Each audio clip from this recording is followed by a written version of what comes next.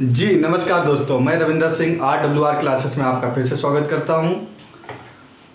आपने थंबनेल में देख रखा होगा कि यूपी पुलिस के बारे में आज हम सारी जानकारी देंगे कि लास्ट के 48 घंटे जो कल का दिन बचा हुआ है। आज 15 तारीख हो गई, 17 को आपका एग्ज़ाम है, 17 व 18 को। तो इन पॉइंटों पर हम चर्चा करने वाले हैं। आप एक बार देख लीजिए किन किन पॉइंटों पर हम चर्चा करने वाले हैं। एग्ज़ाम 17 व 18 को है। बचे 48 हावर्स में हम क्या करें कि बचे हुए जो 48 घंटे बचे हैं उसके हम इन 48 घंटों का कैसे उपयोग करें और इन 48 घंटों में हम क्या कर सकते हैं। क्या बहुत कुछ कर सकते हैं, ये सबसे बड़ा पॉइंट रहेगा। क्या बहुत कुछ कर सकते हैं बचे हुए 48 घंटे में। सबसे पहले कौन सा पोर्शन सॉल्व करें। तो जो एग्ज़ाम में आएगा 4 सब्जेक्ट दिए गए हैं, 4 पोर्शन में होगा, तो कौन सा पोर्शन सबसे पहले करें। क्वेश्चन सॉल्व करने का तरीका क्या रहेगा आपका। पेपर हाल में बैठने के बाद सावधानियाँ क्या बरतनी होंगी। ओएमआर में गलती हो जाए तो क्या करें। यदि ओएमआर में गलती हो जाती है, 20% बच्चे क्या ओएमआर में गलती कर देते हैं, तब क्या करना है। आसानी से पास होगा पेपर, इसका रीज़न मैं बताऊंगा कि आसानी से पेपर कैसे पास किया जाता है और ओएमआर सीट कैसे बने। लास्ट में जो सबसे अहम, आपने पूरा कितना भी कुछ कर दो, ओएमआर सीट आपने सही से नहीं भरी है तो आपका पेपर देने से कोई फ़ायदा नहीं है।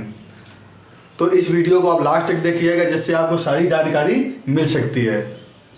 मैं इस वीडियो को इसलिए लास्ट बना रहा हूं कि आपको लास्ट समय पे याद ज़्यादा रहता है, क्योंकि मोटिवेशन आपका टूट जाता है। इससे पहले आप RWR क्लासेस को सब्सक्राइब कर लीजिए जिससे कि आपको ऐसे वीडियो मिलते रहें। एक मैं आपको जानकारी देना चाहता हूं कि जो Kumar Gaurav sir current affairs की क्लास लेते हैं, वो मैं PDF नोट्स जो 1 घंटे 20 मिनट 25 मिनट की कुमार गौरव सर क्लास लेते हैं, उनको मैं 15-16 मिनट में PDF नोट्स बना के आपको हैंड रिटन नोट से पढ़ाता हूँ। वो आप क्लास आप इसको सब्सक्राइब कर लेंगे, आपको टाइम बच जाएगा और क्लास हूबहू मिल जाएगी। दूसरी जानकारी ये देना चाहता हूँ, जो रंजीत रंजन सर मैथ की क्लास लेते हैं, उस मैथ की क्लास हूबहू मैं लूँगा।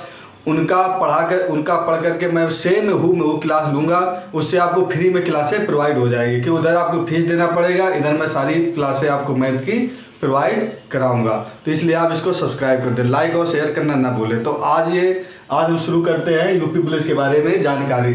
तो पहले जान लेते हैं कि वैकेंसी कितनी है। 60,244 वैकेंसी है, सभी को पता है। फॉर्म तकरीबन 49 लाख पड़े हुए हैं। फॉर्म कितने 49 लाख पड़े हुए हैं। तो अभी से कंपटीशन कितना है। पेपर देने वाले बच्चे 15 लाख ही मान लीजिए, 10 से 15 लाख जो पढ़ाई करके जा रहे हैं, 10 से 15 लाख इतने ही बच्चे पढ़ने वाले हैं। चलो आज की चर्चा करते हैं। एग्जाम कब है, 17 व 18 को, सभी को पता है। इसके बारे में ज़्यादा डिस्कस नहीं करेंगे। पॉइंट डाल दिया 17 व 18 को कि 15 तारीख को आज हम वीडियो बना रहे हैं, तो आपको पता चल जाए कि 48 घंटे में आप क्या कर सकते हैं। तो बचे हुए 48 घंटे में आप क्या करें, क्योंकि आप 48 घंटे में बहुत ज़्यादा कुछ नहीं कर सकते। वही लोग कर सकते हैं जो 10-12 लाख बच्चे पढ़ने वाले हैं, वही 48 घंटे में 10-15 मार्क्स बढ़ा सकते हैं, और जो पढ़ने वाले नहीं 10-15 मार्क्स कम कर सकते हैं। इसका कारण ये है, 15-20 मार्क्स के नंबर कैसे बढ़ा लेंगे वो। 15-20 क्वेश्चन मान के चलिए, क्योंकि जितने नंबर का होगा 15-20 क्वेश्चन कैसे बढ़ाएंगे। जो बच्चे भी नया पढ़ेंगे वो तो गच्चा खा जाएंगे, वो इसमें कुछ नहीं कर सकते हैं। नया कुछ भी नहीं पढ़ना। जिन बच्चों ने अपने नोट्स बनाए हुए हैं, ना ये भी आपको यूट्यूब से पढ़ना है, कहीं से भी नहीं पढ़ना, ना ये कोचिंग क्लास से, ना ये किसी की मैराथन देखना है। जो आपने नोट्स बनाए हुए हैं उन्हीं को आप एक बार, क्योंकि यूट्यूब में आपके 4 घंटे क्लास में ज़्यादा से ज़्यादा आपको 200 क्वेश्चन दे पाएगा। जिन बच्चों ने अपने नोट्स बना लिए हैं तो 2 घंटे मैथ रिवाइज कर लेंगे, 2 घंटे में हिंदी, 2 घंटे में, 3 घंटे में, 4 में GS, और सारा नोट्स 24 घंटे में एक बार रिवाइज कर सकते हैं। जो उनको नहीं आता है तो क्या करना है, रिवाइज करें। किससे रिवाइज करना है, जो आपने नोट्स बनाए हुए हैं। रिवाइज किससे करना है, नोट्स से। सबसे अहम पॉइंट है, जो बच्चे अभी यूट्यूब मैराथन में लग जाएंगे उनका कुछ नहीं होना और दिमाग क्या होगा, रात को नींद नहीं आएगी, पेपर नहीं दे पाएंगे। तो क्या करना है, यूट्यूब में से बिल्कुल भी मोबाइल नहीं देखना है। ये मान के चले मोबाइल, ये लास्ट वीडियो, इसके बाद मोबाइल आप लोग नहीं देखेंगे, उसका सिलेक्शन 100% होगा। जो मोबाइल के चक्कर में मैंने क्या देखा है कि बच्चे लास्ट तक पेपर देने से 15 मिनट पहले तक मोबाइल में पढ़ता रहते हैं। अरे अभी नहीं पढ़ा, साल 2 साल 5 साल में, तो 15 मिनट में आप क्या पढ़ लोगे। ठीक है, तो मोबाइल ये वीडियो के बाद बिल्कुल मत देखना। मैं वीडियो दूसरा डालूंगा भी नहीं, इस वीडियो के बाद मोबाइल मत देखना, क्योंकि आप नींद नहीं होगा, कन्फ्यूजन क्लियर होगा। अपने आप बचे हुए जो नोट्स हैं उन्हीं को आप रिवाइज करते रहिएगा। ये पॉइंट आपका क्लियर हो गया। सबसे पहले कौन सा पोर्शन हल करें। जो मेरी स्ट्रेटजी रहती है, कुछ लोग बोलते हैं कि मैं अपनी स्ट्रेटजी बता देता हूँ कि मैं कैसे करता था।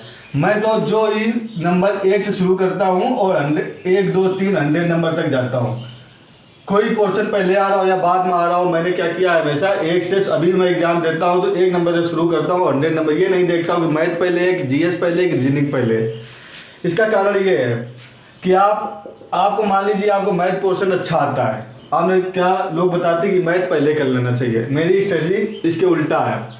मेरी स्ट्रेटजी के अनुसार चलोगे, क्योंकि जो लोग यूट्यूब में पढ़ा रहे हैं उन्होंने कोई कभी एग्जाम नहीं दिया, बस कहीं जब सिलेक्शन नहीं हुआ वो जाके पढ़ाने लगे और मास्टर बन गए। इसलिए मैं बता रहा हूँ, जिन्होंने सिलेक्शन लिया है वो आपको बेस्ट स्ट्रेटजी बता सकते हैं कैसे सिलेक्शन लिया जाता है, कैसे एग्जाम हल किया जाता है। तो मान लीजिए ये यूट्यूब में बताते हैं कि मैथ पहले हल कीजिए। मान लो 50 क्वेश्चन मैथ के हैं, मैथ आपको 30 क्वेश्चन अच्छे से आ रहे हैं, 15 क्वेश्चन आपके लटक गए, या 40 क्वेश्चन आ रहे हैं 10 क्वेश्चन लटक के, तो 10 क्वेश्चन में आप टाइम बर्बाद करोगे और आपका हिंदी और रीजनिंग के लिए और जीके के लिए जो टाइम है वो आपका बर्बाद जाएगा। ठीक है, तो मैं ये नहीं कहता कि आप सबसे पहले जो जिसमें टाइम बर्बाद नहीं होना वो कीजिएगा। तो हिंदी आप उठा लीजिएगा, हिंदी पहले है, हिंदी के बाद जीएस जीके उठाइएगा, उसके बाद रीजनिंग उठाइएगा। इसमें क्या है आपका टाइम मिनिमम खपत होगा। और जो क्वेश्चन आते हैं उसको छोड़ने की कोशिश मत करो, जो आते हैं पहली बार में ही कर दो, कि छोड़ोगे आपके पास दोबारा टाइम नहीं रहेगा। उस क्वेश्चन को पहले ढूंढना, पहले क्या करोगे ढूंढोगे, आपका टाइम बर्बाद जाएगा। ढूंढने के बाद फिर उस पर दिमाग लगाओगे 2 बार। तो इसको जो आता है छोड़ने की कोशिश मत करना, आप सारे क्वेश्चन कर देना। और क्वेश्चन आ रहा हो या ना आ रहा हो उसमें आप ब्लैंक करना। हाँ, जो बिल्कुल नहीं आ रहा उसको छोड़ देना, बाकी आप करना कि 1/4 की नेगेटिव मार्किंग है, ज़्यादा नेगेटिव मार्किंग है नहीं। तो आप ये मत करना कि सही करने के चक्कर में सिर्फ 100 क्वेश्चन आप अटेंड करके आओ, उससे सिलेक्शन नहीं होगा।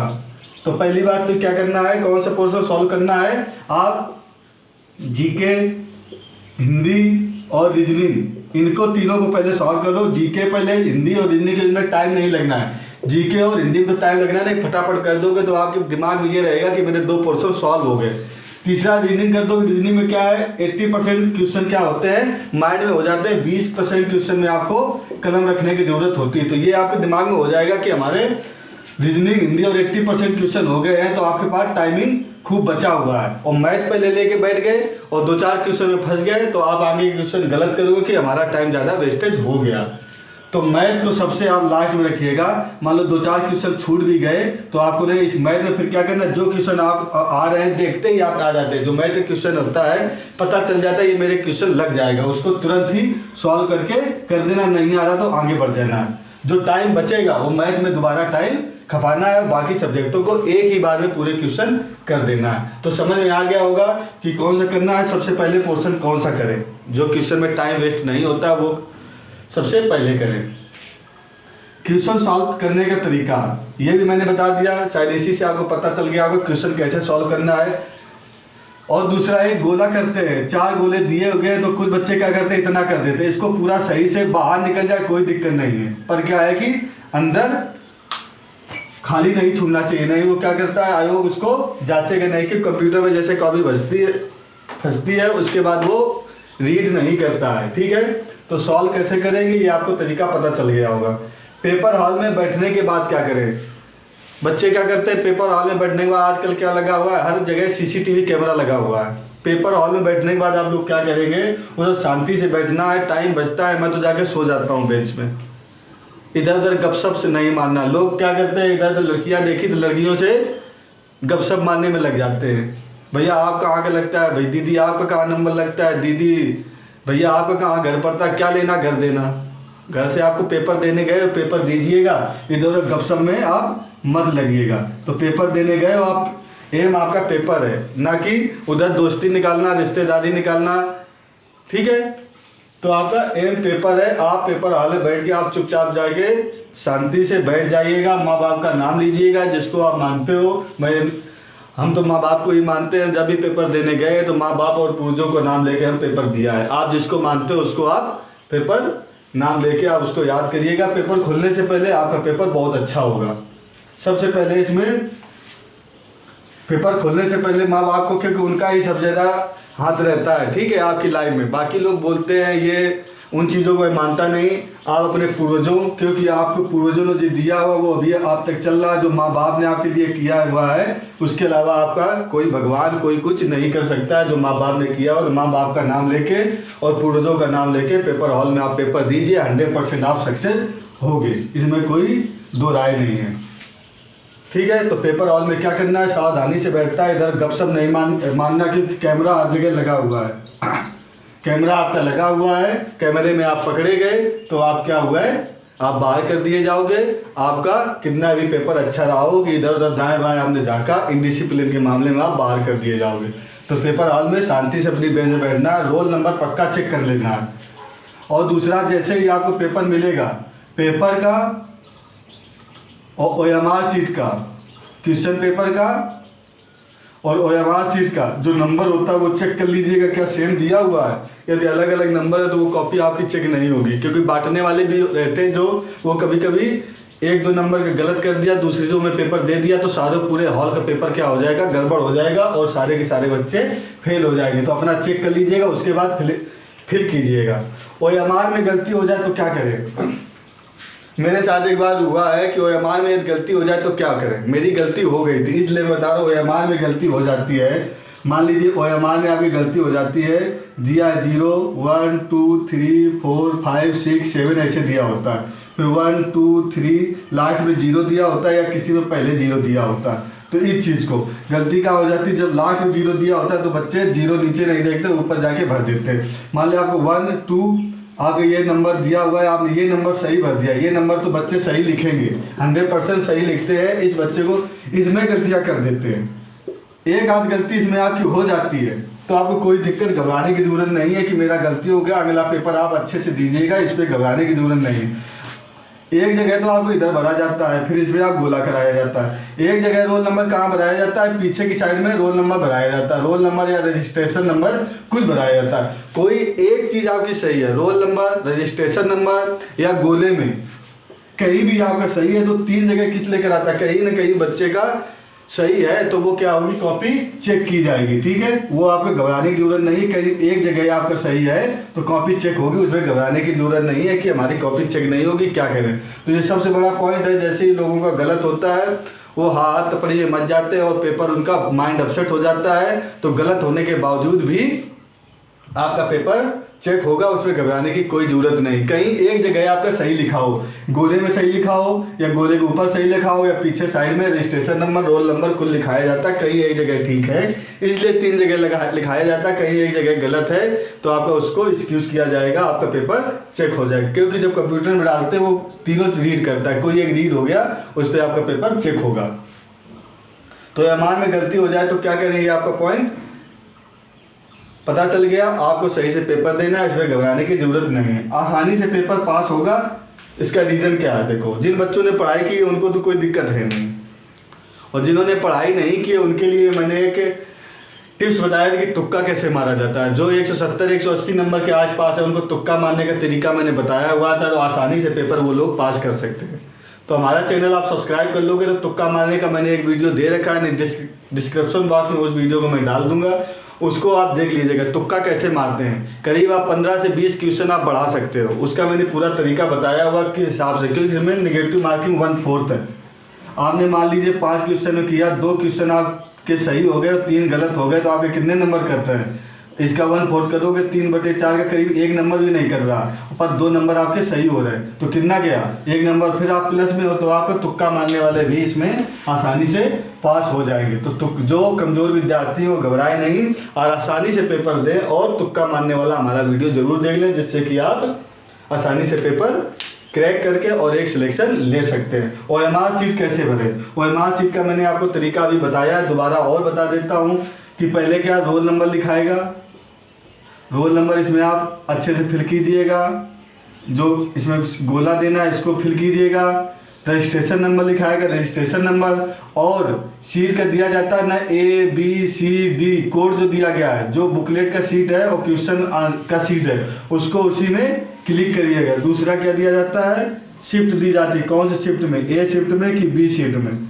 तो उसमें शिफ्ट दिया जाएगा। ए शिफ्ट सुबह का होता है, या पाली 1 दिया होगा या पाली 2 दिया होगा। जिसको होगा, जिसका सुबह टाइम का है वो ए शिफ्ट में आते हैं, पाली 1 में, जिसका शाम टाइम का पाली 2 में। तो ये चीज़। तीसरी चीज़ का सिग्नेचर। सिग्नेचर को बहुत लोग ध्यान रखें क्योंकि सिग्नेचर लोग बदलते रहते हैं। कभी ये सिग्नेचर मार दिया तो जो सिग्नेचर आपने कहाँ मारा है, फॉर्म भरते समय जो सिग्नेचर मारा है वही सिग्नेचर कहाँ मारना है, ओएमआर शीट में वही सिग्नेचर मारना है। ओएमआर शीट में कौन सा सिग्नेचर मारना है, जो आपने फॉर्म भरते समय सिग्नेचर मारा है। यदि आपने उल्टा पुल्टा मार दिया दूसरा सिग्नेचर, तो आपकी कॉपी भी चेक नहीं होगी। बाई चांस कॉपी चेक हो गई तो आप बाहर कर दिए जाओगे, क्योंकि बायोमेट्रिक कई बार होता है, अभी होगा आपके, उसके बाद फिजिकल के टाइम होगा, मेडिकल डॉक्यूमेंट्स के टाइम होगा, उसके बाद ज्वाइनिंग के टाइम होगा, उसके बाद सारा एकदम चेक किया जाएगा, तब आपको ज्वाइनिंग मिलेगा। पहले जैसा सिस्टम नहीं है कि हवा में काम हो जाता था। तो सिग्नेचर जो आपने किया हुआ है वही मारेंगे। तो हमारे हिसाब में आपको ये वीडियो समझ में आ गया होगा। तो इस वीडियो को लाइक और शेयर करना ना भूलें तथा चैनल को सब्सक्राइब कर लें। आगे के लिए हम एसएससी जीडी और यूपी पेट की तैयारी हम खुद ही कराएंगे, तो उसकी तैयारी में आप जुड़ जाइए। दूसरा, कुमार गौरव सर की जो तिरंगा बैच का और दूसरा जो सुबह क्लास लेते हैं उसका हम पीडीएफ नोट्स के साथ स्टडी कराते हैं, उसमें आप जुड़ के अपना टाइम सेव कर सकते हैं। Okay, thank you for watching.